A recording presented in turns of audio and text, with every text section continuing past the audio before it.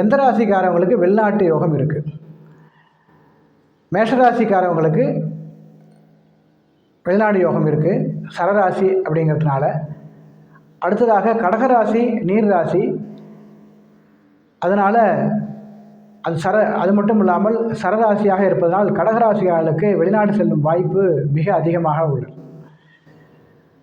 அடுத்ததாக துளாராசிக்காரர்கள் வெளிநாடு செல்லும் யோகம் அதிகமாக உண்டு, வாய்ப்பு அதிகமாக உண்டு. ஏனென்றால் துளாராசி சரராசி. விருச்சிக ராசிக்காரர்கள் சிறராசிக்காரர்களாக இருந்தாலும் அவர்கள் நீர் ராசியில் இருப்பதால் வெளிநாடு செல்லும் யோகம் ஒரு 50% அவருக்கு உண்டு. அடுத்ததாக சரராசி மகர ராசி. மகர ராசிக்காரர்களுக்கு சனி அதிபதி. அது மட்டும் இல்லாமல் சர ராசியில் மகர ராசியும் ஒன்று அப்படிங்கிறதுனால மகர ராசிக்காரங்க வெளிநாடு செல்வாங்க. அடுத்ததாக மீனராசிக்காரவங்க உபயராசியாக இருப்பதனால் மட்டுமல்லாமல் நீர் ராசியாக இருப்பதால் மீனராசிக்காரவங்க வெளிநாடு போவாங்க.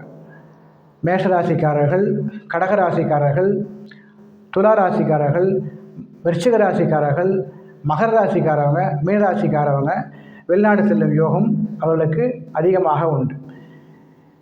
இத்தனை ராசிக்காரர்களில் யார் டாப் ப்ரியாரிட்டி அப்படின்னு சொன்னால் மேஷராசிக்காரங்களுக்கும் கடகராசிக்கும் வெளிநாடு செல்லும் வாய்ப்பு மிக அதிகம். இது பொதுவான பதிவு. அவருடைய ஜாதகத்தை பொறுத்து இது மாறுபடலாம்.